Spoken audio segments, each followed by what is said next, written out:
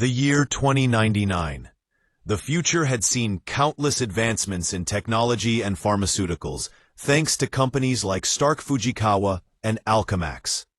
Safety and security were at an all-time high as well, due in large part to the proactive police force known as the Public Eye. At a glance, everything seemed perfect. A little too perfect. But a closer look revealed another story. Even though the quality of life had improved dramatically for everyday citizens, there were still those who lurked in the shadows, searching for ways to use that miraculous progress for their own personal gain.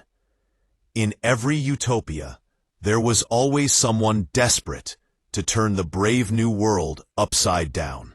Fortunately, there were also those who had dedicated their long lives to stopping them. At any cost.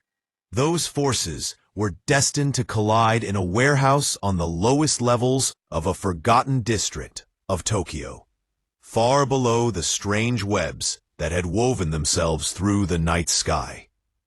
There, the Yashida Corporation, once one of Japan's greatest crime families, and now a multinational manufacturing powerhouse, was set to meet with a mysterious new syndicate rumored to be making a move for power in New York City.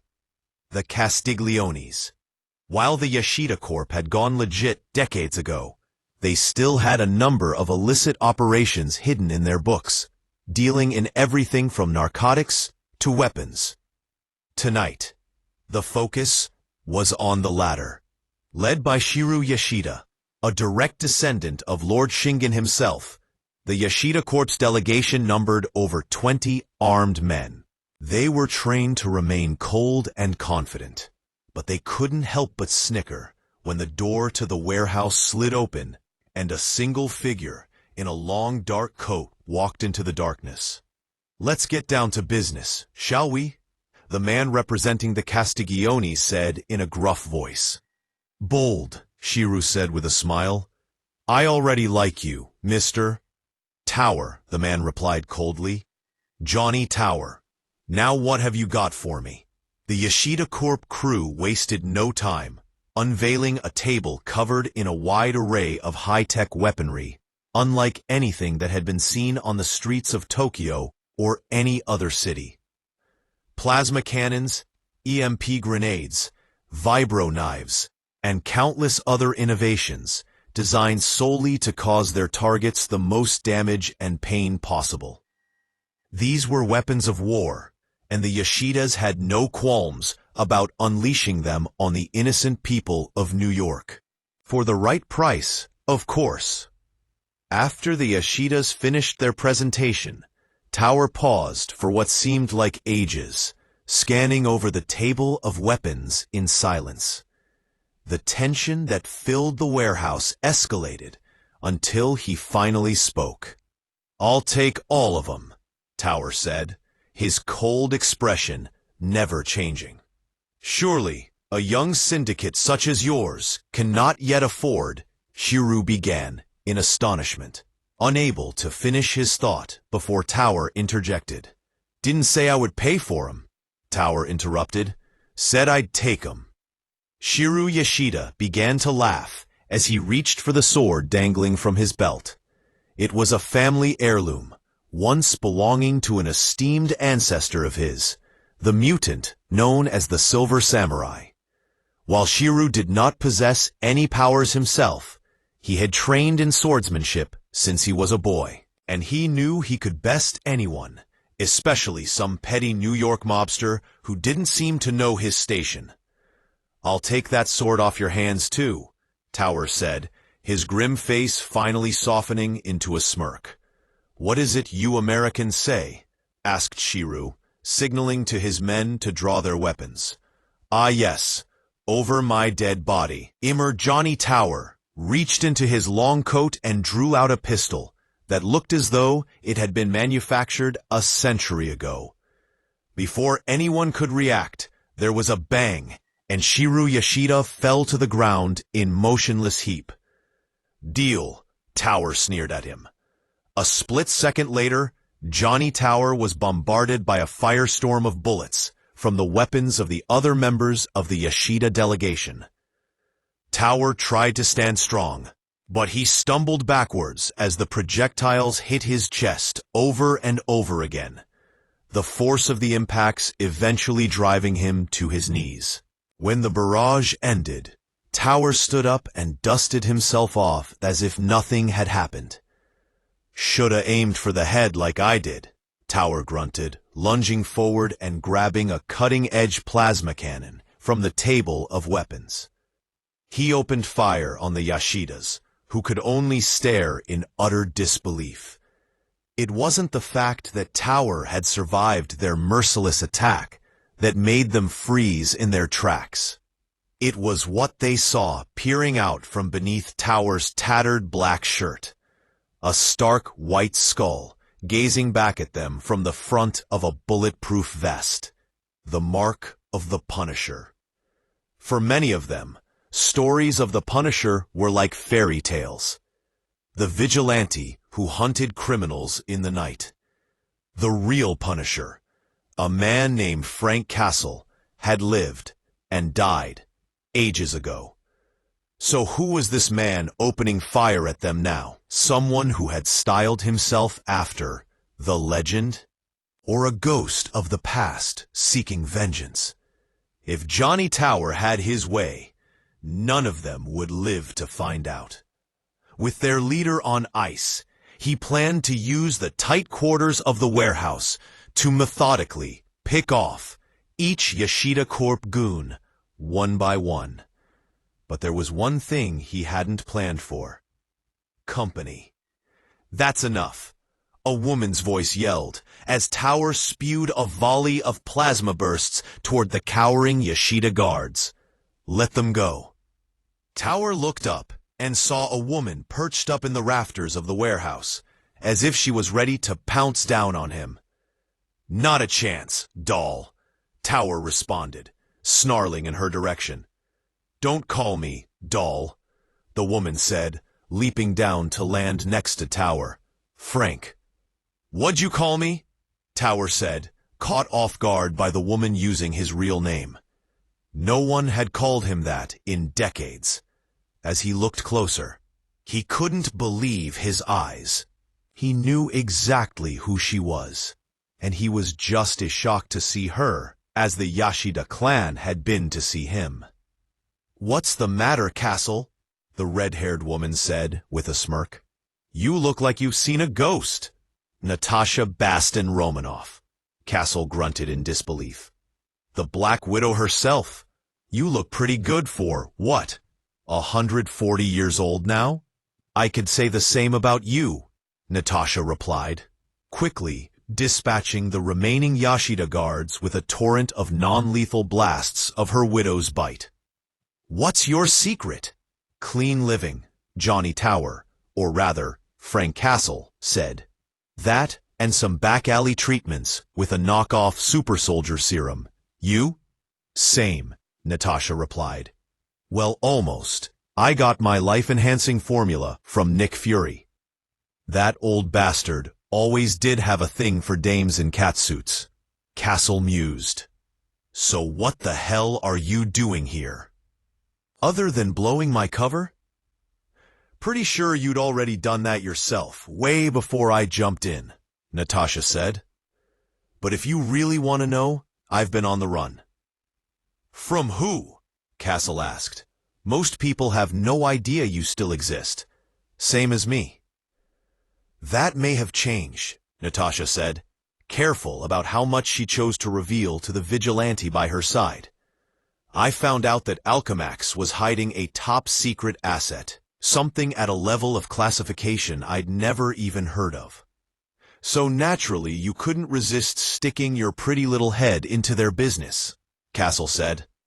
"What I found there," Natasha continued, "it could change everything. It's well, what was it?"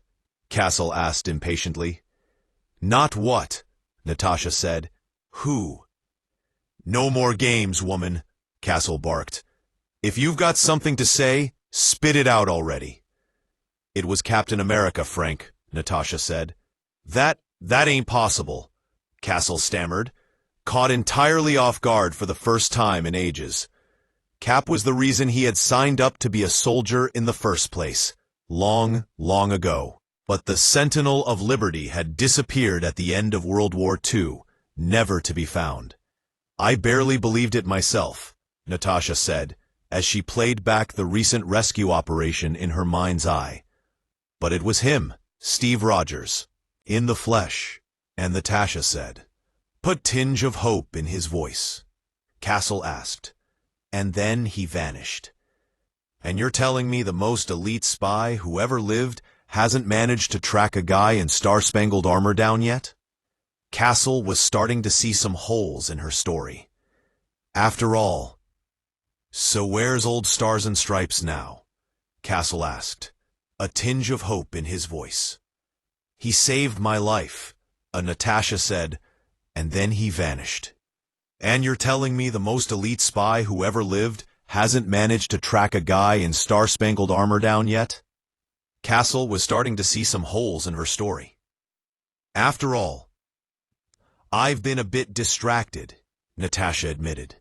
"After all, she had to work with someone other than my dad. Everything's perfected. Situation calmed. Someone else. He's about to save right away. I've been a bit distracted." Natasha admitted, "After all, I've been a bit distracted, but I do think he still needs time to investigate the matter. I've been a bit distracted. After all, I've been training up after this." "And the flesh. So where's old Stars and Stripes now?" Castle asked, a tinge of hope in his voice. "He saved my life." A tinge of hope, and then he vanished. "I just took your place at the top of the public eye's most wanted list." "Oh, come on," Castle groaned. "Do you know how hard I worked to earn that spot?" "You're welcome to have it back," Natasha said. "Since that mission, I had to go underground, cut all ties with my network. It's been a mess." "So why'd you come out of the woodwork tonight?" Castle asked. "Because I need your help," Natasha said earnestly. "Those aren't words I hear very often," Castle replied, "especially from a hero like you. I don't usually walk with the angels." "Well, you'd better decide whose side you're on fast," Natasha said, raising her gauntlets and aiming them toward the warehouse door. "They're here." Right on cue, a squad of public eye soldiers burst into the warehouse, ordering the Black Widow and the Punisher to freeze. Natasha looked at Castle, who let out a sigh and nodded his head in mild annoyance. Without a word, he grabbed two high-tech guns off the table, tossing one to his new partner. "Hit to wound, not to kill," Natasha said, as the two opened fire on the advancing officers. "Or what?" asked Castle snidely as he wrapped his arm around an officer's throat and pressed his weapon against the side of the gasping man's head. "Or I save my last round for you," Natasha said, shooting several public eye soldiers in the kneecaps. Castle released the officer from his grip, letting him slump to the ground unconscious. "Death's been on my heels for ages," Castle said, "but it's gonna have to wait a bit longer. At least until after I meet Cap. So let's get this over with already." Castle leapt forward and grabbed a tiny metal disc from the table and pressed a glowing button on its surface. As he tossed it onto the ground in front of them, Natasha instinctively began to run for cover, assuming it was an explosive. "You're gonna want to stay and watch this," Castle said with a smile, running toward the device as it began to unfold. Within moments, a high-tech turret stood in its place. Frank jumped into the center of the giant gun and grabbed the handles. "Frank, no," Natasha called, as the Punisher gleefully opened fire on the public eye's forces, raining destruction down upon them. "Don't get all worked up," he said. "I set it to stun, I think." When the dust settled, Natasha raced over to one of the fallen officers and took his pulse. Castle wasn't lying.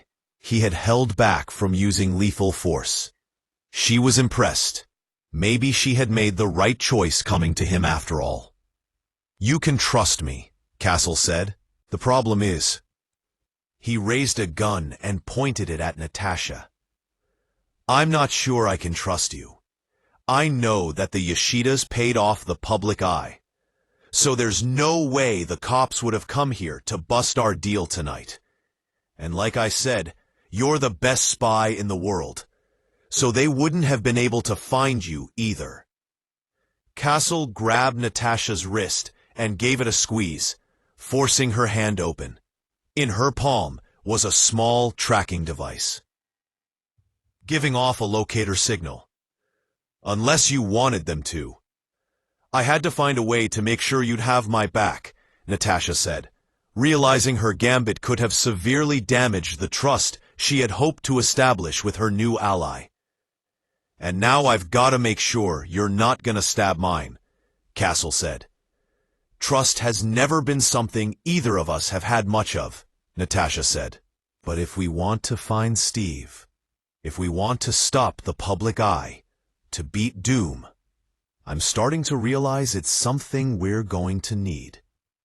Castle sighed as he lowered his weapon. "Must be going soft in my old age," he said. "Yeah," Natasha laughed. "You're a regular Penny Parker." "Got any leads on where Cap ran off to?" Castle asked as the pair exited the warehouse and stepped out into the crisp Tokyo night. "Just one," Natasha said, looking up at the starry sky above them. "And I've got a feeling you're not going to believe it."